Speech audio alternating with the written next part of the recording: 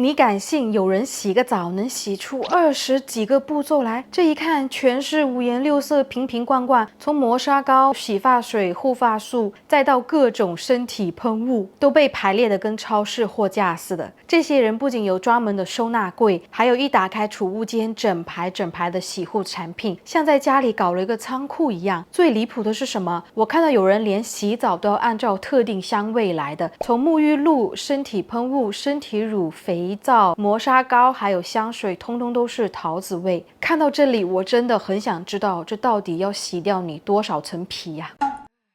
在这里值得吐槽一下，他的行为完全没有认真对待物品，手里拿出来就随意往旁边一扔，像是丢玩具一样，根本没有珍惜物品的意识。我每次看到这样的行为，都会觉得这个人很无知。这么多堆成山的产品，别说用完了，大概率连打开都没有打开过就已经过期。尽管家里已经有成堆的洗护产品，也不妨碍人家在维密里消费了一大堆新的洗护产品。你懂我的意思吗？这种极端的囤积和过度消费，什么时候是个头啊？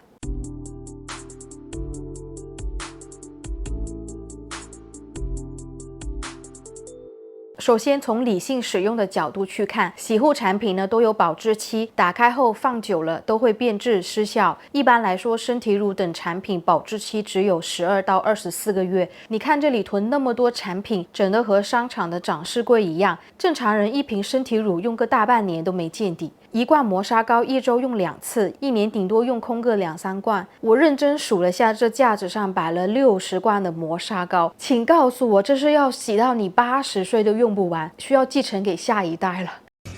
这不敢看呐，不敢看呐。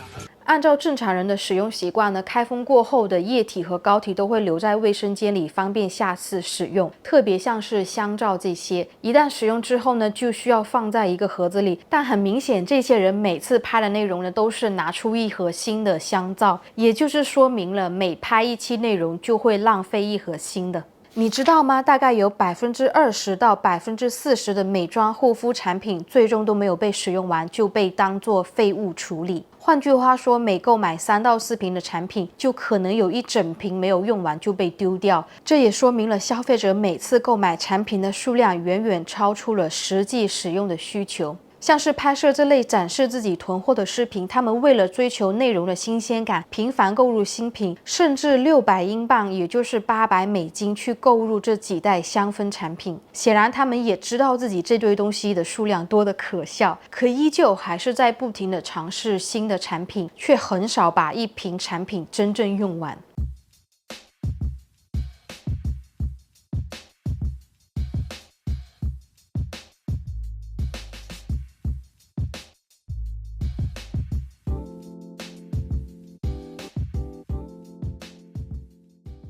这种用过之后立刻丢弃的行为，导致约40%的美妆产品最终在尚未开封过后的状态下就已经被扔进垃圾堆里。普通消费者也常常因为促销和通过内容种草而囤积超出实际所需的个人护理产品。就拿今年的双11活动里，很多人一冲动就买了比自己1年所需还多的库存，可能还没有等你用完，就已经到了下一轮促销。根据数据显示，仅在美国的护发产品的市场，在2024年就卖出了超过208亿美金，而且还以每年6.4%的速度持续增长。这张图你们可以看到，每年都在涨，而且品类也是越来越多。光是护发产品就能卖出这么大的体量，那要是把身体乳、磨砂膏、沐浴露、香氛喷雾这些也加进去，那整个市场到底会有多大？很多家庭的浴室柜里堆满了20-30件长期闲置、未开封过或者是已经过期的洗护用品，这就意味着消费者购买的速度远远超过了使用速度，因此形成了买了不用，放到过期后再扔掉，最后继续买新的一个恶性循环里。你看这里，品牌方给他寄了1箱的洗护产品，他也知道柜子里没有地方放，需要将其他产品叠加的更高。你看到了吗？就是处于这样的一个循环里，不仅是自费的产品，包括商家寄来的产品，这辈子恐怕是用不完了，到最后100%都会被浪费掉。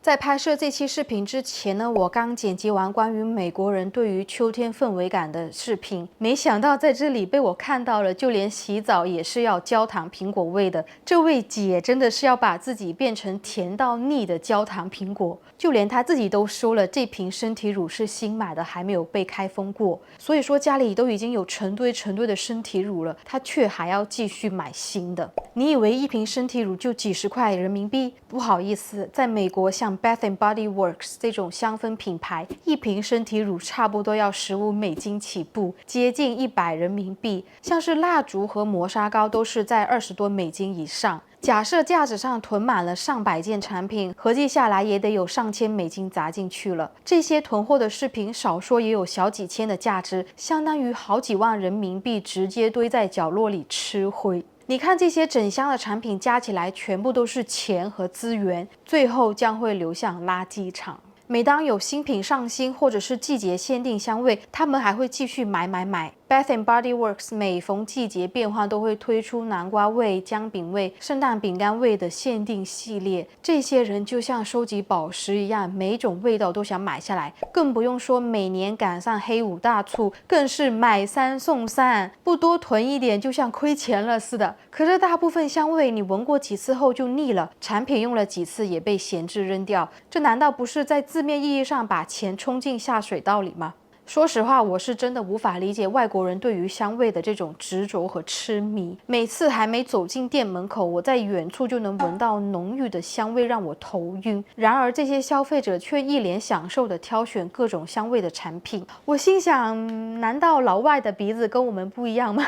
他们不仅不觉得味道重，反而嫌弃不够浓郁，这从头到尾都要层层叠加。再来说下时间成本，正常人哪有功夫折腾3小时的洗澡流程啊？我反正是巴不得10分钟洗完就赶紧出来，因为长时间闷在浴室里又热又缺氧，待久了头昏，手指还变得皱巴巴的。前后这10几样东西往身上放，每次洗澡起码要搞1小时起步，每个月的水费更是要双倍了。更别提洗完后的浴室要收拾多久，把这些瓶瓶罐罐重新归位擦干净，想想都头疼了。我啊是真心佩服他们为了搞出这些仪式感所付出的时间和精力。也许对于他们来说是一种缓解压力、自我放松的一种仪式，就跟点蜡烛、泡个热水澡一样，是生活情调。可是当这种情调过了头，就变成了过度浪费。我真的不明白为什么他不能好好的拿出来，非要将自己的手当成铲子一样，把一堆产品全撒到地上。这些洗护用品买回来不是被糟蹋的，说到底就是东西太多了，已经超出正常人这辈子所需要消耗掉的用量。我相信你看到这里就该明白，这些成堆的物品就不是一个正常人生活所需要用到的量。还是那句老话，适度再适度，请你理性消费。好了，这个就是以上所有内容。如果你们喜欢的话，不要忘记关注和点赞，是对我频道最大的支持，也是对小陈本人最大的鼓励。那我们下周视频再见吧，拜拜。